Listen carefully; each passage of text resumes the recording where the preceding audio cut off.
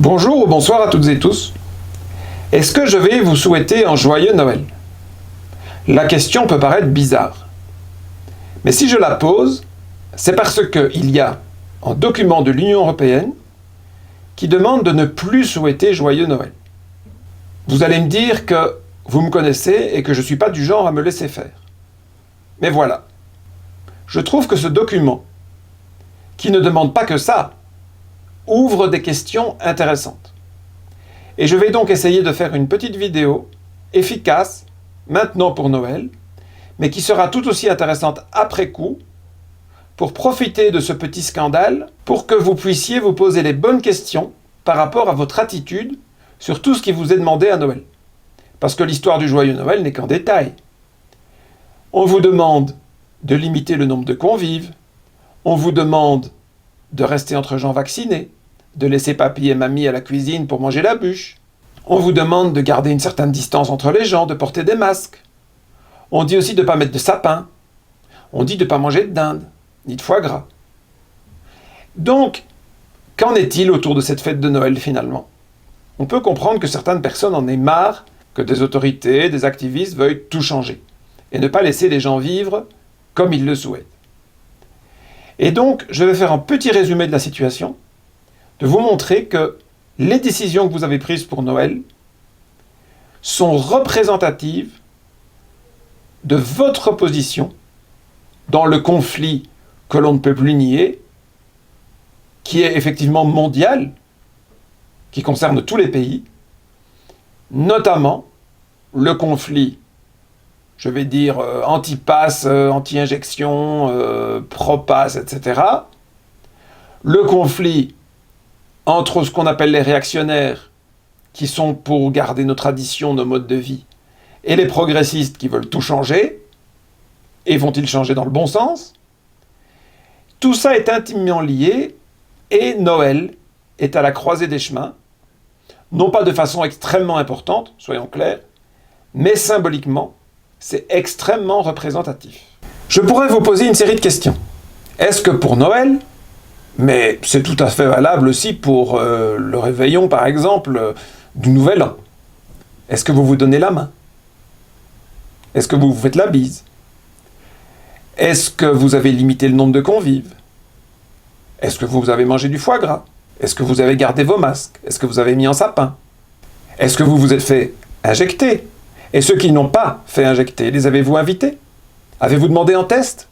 Allez-vous assister à des feux d'artifice s'il y en a? Et s'il n'y en a pas, vous êtes content ou pas que ça a été annulé? Et pour quelle raison? Parce que vous n'aimez pas les grands rassemblements, par peur d'une maladie? Ou bien parce que vous savez que les feux d'artifice, c'est encore du gaspillage d'énergie, et que les bruits effraient les animaux? Et qu'il y a même des animaux qui en meurent. Toutes ces questions, même si elles paraissent superficielles dans certains cas, vont vous donner une idée du camp dans lequel vous êtes. Parce que oui, il y a des camps. Et en fait, il y en a 3. Je vais vous les décrire. Je vous ai souvent fait des analogies avec un bateau qui coule, qui représente très bien la biosphère en train de s'effondrer. La biosphère a à peu près perdu la moitié de sa biomasse. C'est un petit peu comme si le bateau avait coulé de moitié. Et donc, il faut réagir. Seulement ici, je vais un peu changer mon analogie. Un tout petit peu. Bon, le bateau est peut-être en train de couler, mais le bateau est en train de filer tout droit sur une falaise. Il y a des grandes vagues. La falaise est entourée de récifs, et si on continue tout droit, c'est la catastrophe. On est de plus en plus proche. Et donc, il faut prendre une décision. Tourner à gauche ou tourner à droite. Je précise que je ne sais pas encore quel camp je vais prendre pour la gauche et pour la droite, mais il n'y a aucun rapport avec la position politique de gauche ou de droite. Donc, je voudrais qu'il n'y ait pas d'interprétation ou imaginer que, inconsciemment, j'aurais favorisé un camp plutôt qu'un l'autre. Ce n'est pas le cas. Et donc, il y a bien 3 camps. Il y a ceux qui veulent continuer tout droit, foncer dans la falaise. Il y a ceux qui veulent l'éviter par la gauche et ceux qui veulent l'éviter par la droite. Alors, vous allez dire pourquoi il y a des gens qui veulent aller tout droit? Eh bien, les gens qui veulent aller tout droit sont complètement inconscients. J'ai presque envie de dire idiots, parce qu'ils ne comprennent pas que si on continue tout droit, la collision est inévitable. Ils ne veulent pas le voir. Ils sont dans le déni total. Et pourtant, il y en a. Vous savez sans doute, et si vous ne le savez pas, je vous le dis, que je suis en farouche opposant au pass sanitaire, vaccinal, et tout ce bazar-là. Au covidisme, on va dire. Mais dans les gens qui manifestent contre ces mesures, il y en a beaucoup, une majorité je le crains, qui demandent retour au monde d'avant. En retour au monde d'avant, ça veut dire continuer à vivre comme on l'a toujours fait. En réalité, c'est pas toujours, mais depuis des dizaines d'années. Mais c'est ça, continuer tout droit. C'est ça, foncer tout droit dans la falaise. Donc, si vous refusez l'idée d'un changement de comportement rapide, vous faites partie de ces inconscients qui se satisfassent que notre bateau, nous tous ensemble, l'humanité, et beaucoup d'autres vies sur Terre, malheureusement, vont se prendre la falaise de plein fouet, avec un nombre incroyable de victimes, voire tout le monde qui y passe. En tout cas, l'humanité est clairement en danger si on continue tout droit. Vous faites peut-être partie de ces inconscients. Je ne sais pas comment vous faites. Si vous habitiez jusqu'à hier dans un village paumé, sans connexion Internet, sans téléphone, d'accord. Mais sinon, ça me semblerait incroyable. Dès le moment où vous comprenez qu'il y a un problème, je peux les citer. Problème de ressources, problème de famine, problème de climat, problème de biodiversité, problème de pandémie, voyez. Tout ça est lié. Il y a une cause commune, j'ai d'ailleurs fait une vidéo pour l'expliquer au mois d'août ou au mois de septembre. Je vous invite à aller la revoir si vous ne comprenez pas bien dans quelle situation on est. Vous êtes quand même majoritaire à savoir qu'il y a un problème.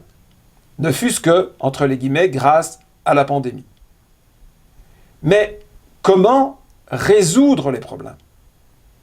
Si on est face à une falaise, on n'a que deux directions, à gauche, à droite. Et je le dis encore une fois, ne mélangez pas avec la politique de gauche et de droite, ou d'extrême gauche ou d'extrême droite. Ce n'est pas ici du tout la question. Gauche et droite sont imaginaires. C'est pour être très visuel. Alors, quelles sont les deux solutions? Eh bien, je vais vous le montrer. Je vais vous l'expliquer avec quelques exemples. Et vous allez vite comprendre dans quel camp vous êtes. Mais vous comprendrez qu'il n'y a en fait pas d'autre solution. Il n'y en a vraiment que deux. Soit nous avançons vers un monde où tout est beaucoup mieux contrôlé par la technologie, de manière à limiter considérablement notre impact négatif, à limiter le besoin de ressources, de manière à que nous puissions majoritairement nous en sortir. Exemple. Il n'y a pas assez d'eau potable. Il n'y a pas assez d'eau douce, non polluée, qui permettent aux gens de boire, qui permettent aux agriculteurs de cultiver. Je pense que vous en êtes conscient. Et si pas, renseignez-vous, c'est un problème majeur, mondial, et toutes les prévisions disent que l'eau douce sera la première cause de guerre dans notre siècle, au XXIe siècle. Bon. Voilà un des problèmes majeurs, qui est évidemment fondamental. Sans eau, pas de vie. Donc, continuer à gaspiller l'eau et polluer l'eau comme nous le faisons, c'est foncer tout droit dans la falaise. Donc, il faut changer de stratégie. Et changer, il y a deux manières. La manière technologique, c'est par exemple le goutte à goutte, et de dire on ne va plus arroser des immenses surfaces avec des arrosoirs qui inondent tout, on va juste mettre la goutte d'eau qu'il faut, au millilitre près, la quantité dont chaque plante a besoin. L'autre stratégie, c'est de faire exactement le contraire.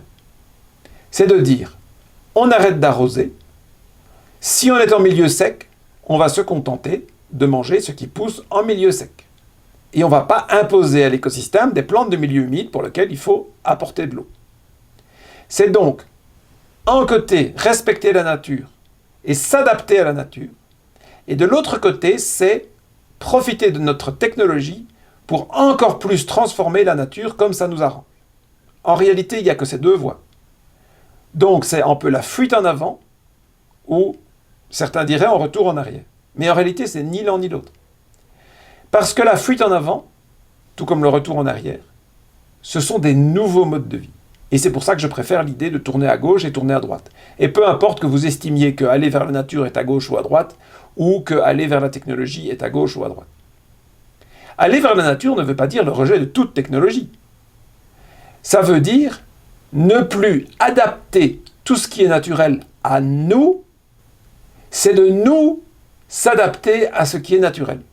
C'est ça qui change tout. Par exemple, quand j'étais petit, j'avais l'habitude de manger les fruits rouges au mois de juin, au mois de juillet. Et en plein hiver, ça m'aurait même pas traversé l'esprit d'en manger. Maintenant, on en trouve tellement partout, tout le temps, dans tous les supermarchés, que les gens ne savent même plus à quelle époque ça pousse chez eux.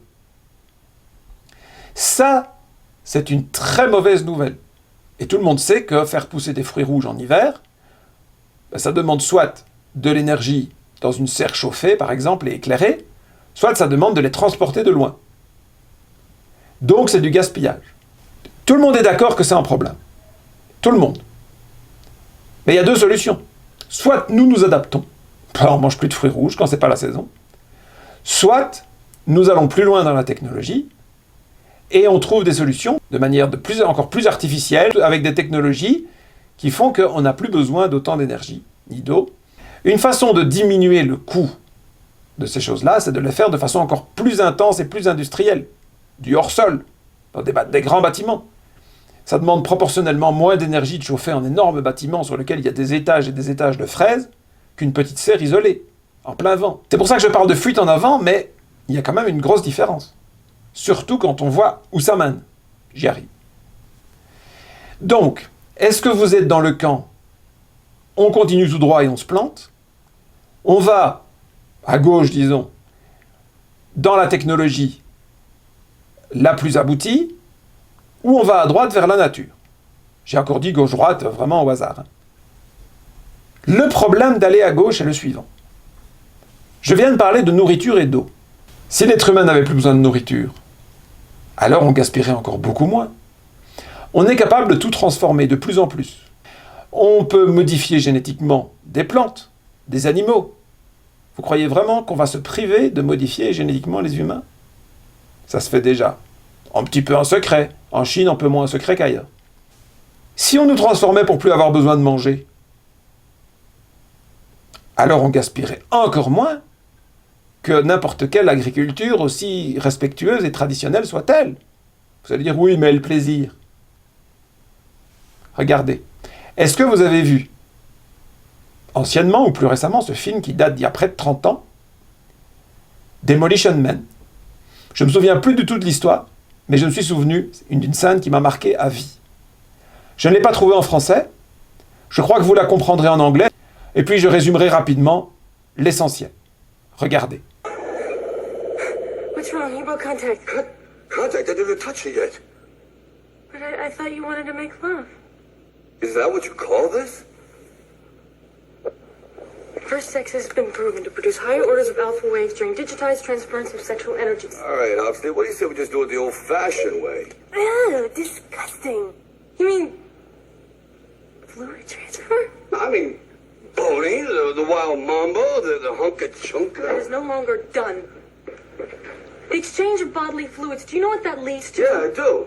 Kids, smoking, a desire to raid the fridge. The rampant exchange of bodily fluids was one of the major reasons for the downfall of society. After AIDS, there was NRS. After NRS, there was UBT.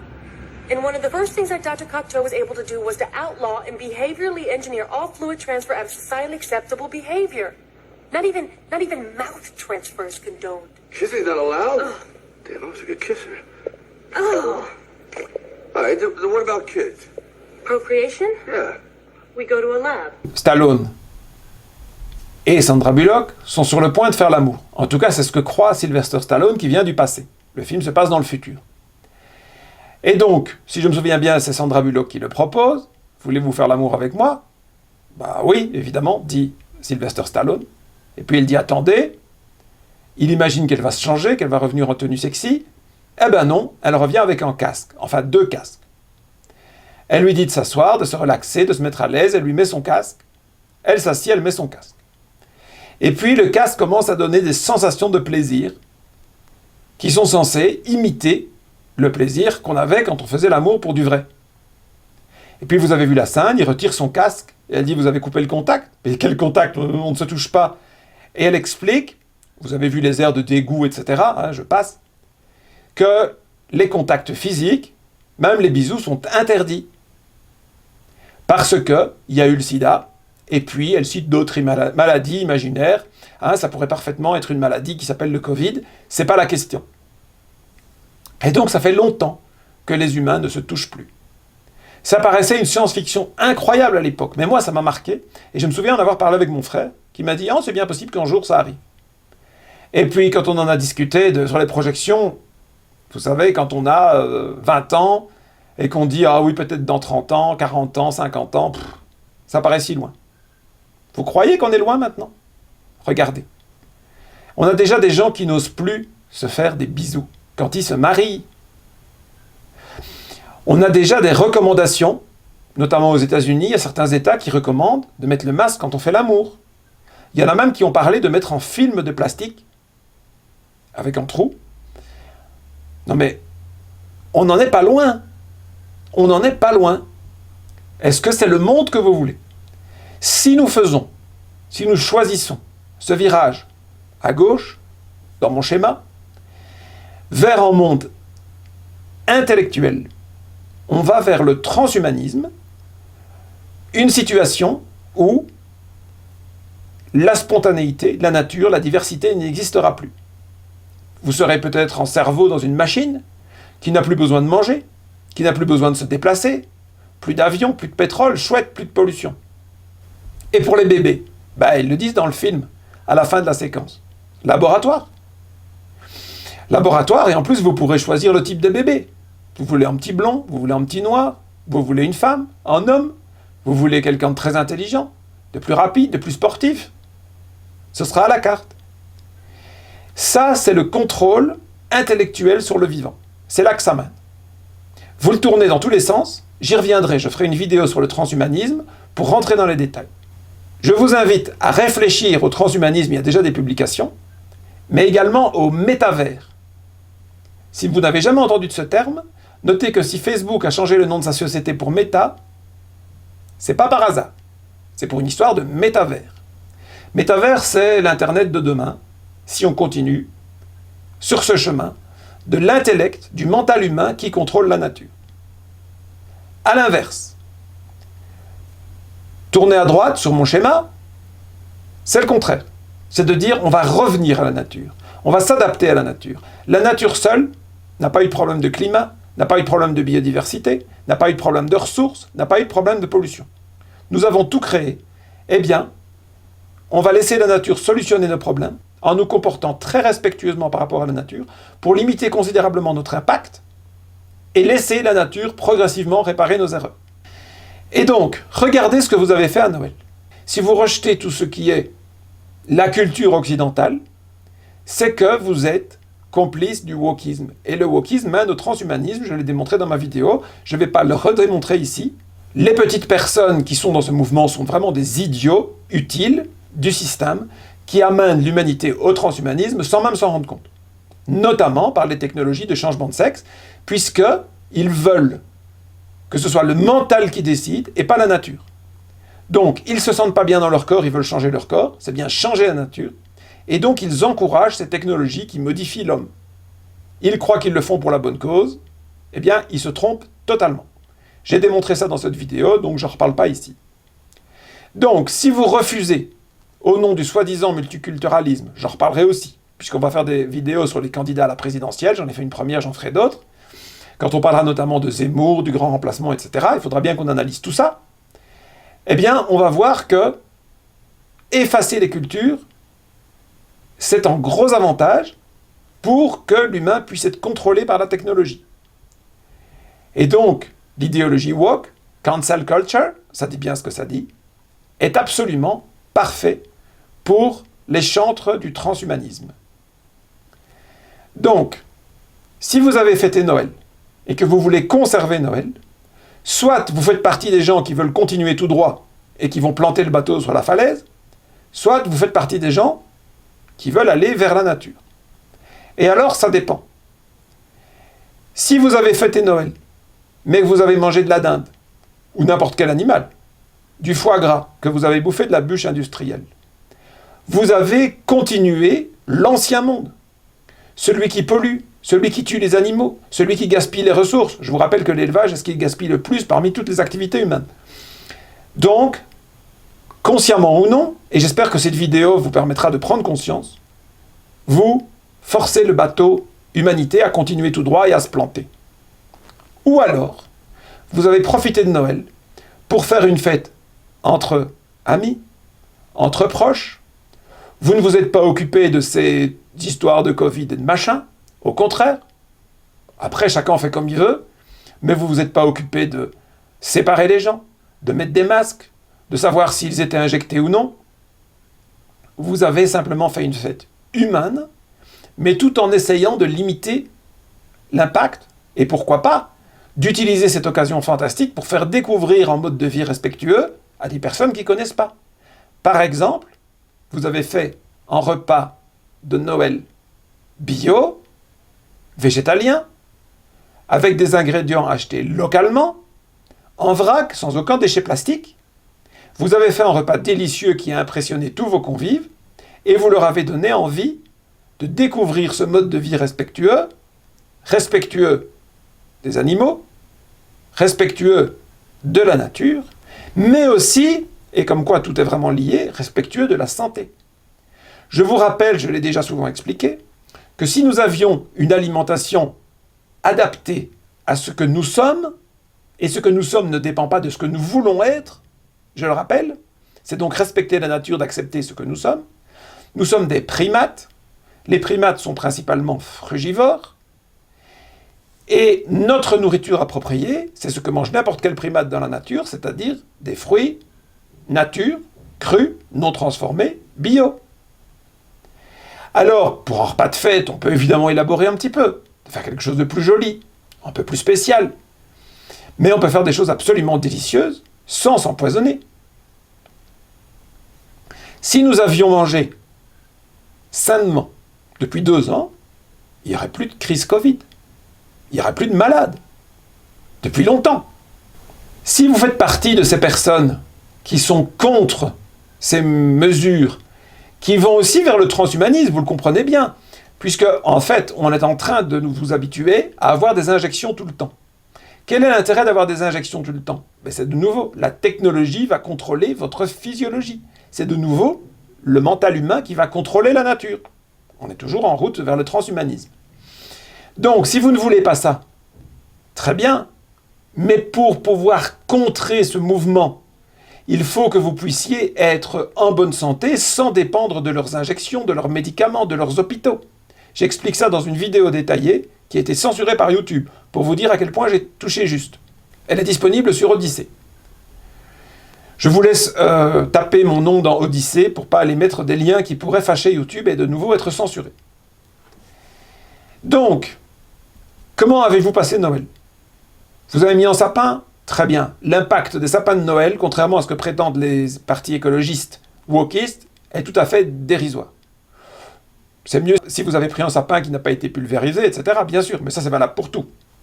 Vous avez fêté Noël? Très bien.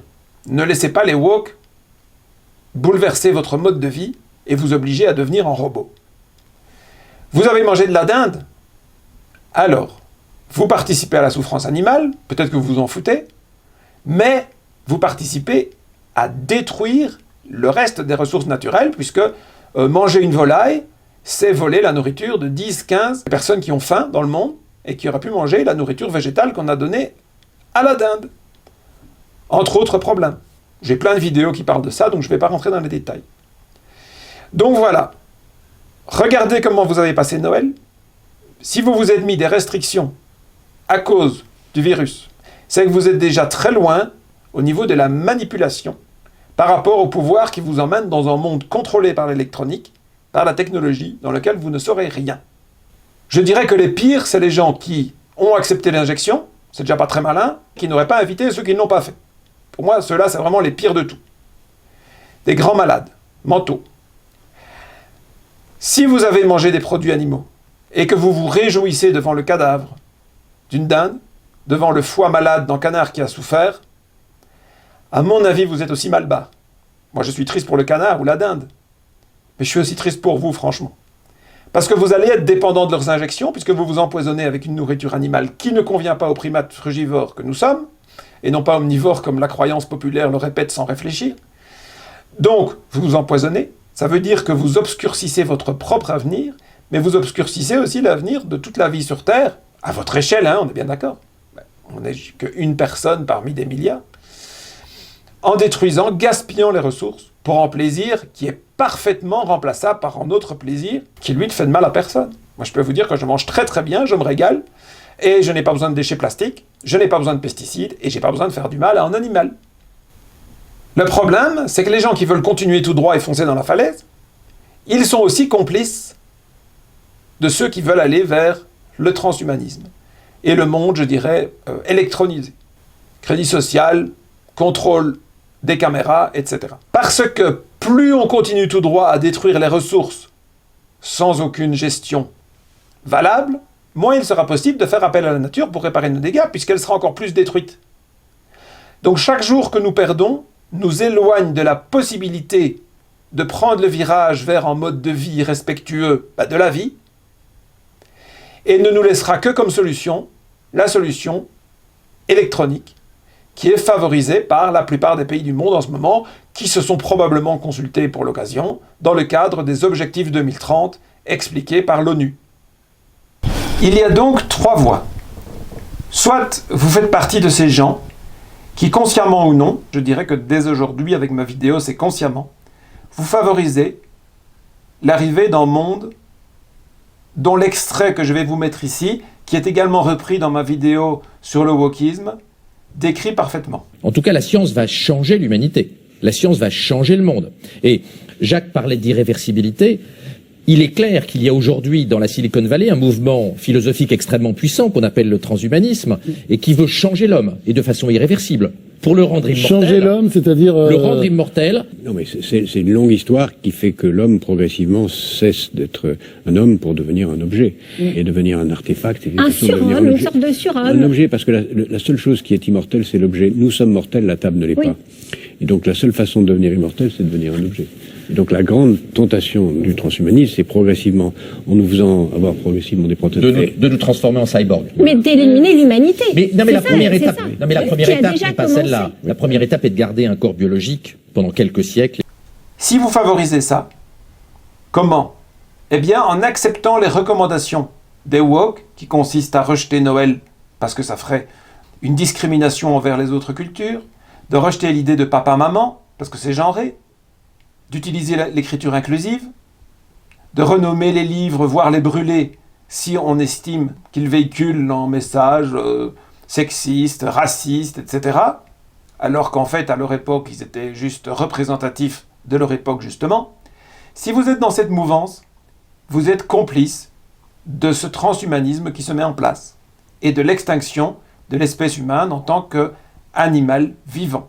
Si vous êtes en train de vous battre pour votre foie gras, pour votre dinde, pour continuer le mode de vie d'avant, vous êtes tout aussi complice parce que ça veut dire que vous poussez le bateau à aller tout droit. C'est ça, c'est continuer le mode de vie tel qu'il était avant, celui-là même qui nous a envoyé droit dans le mur.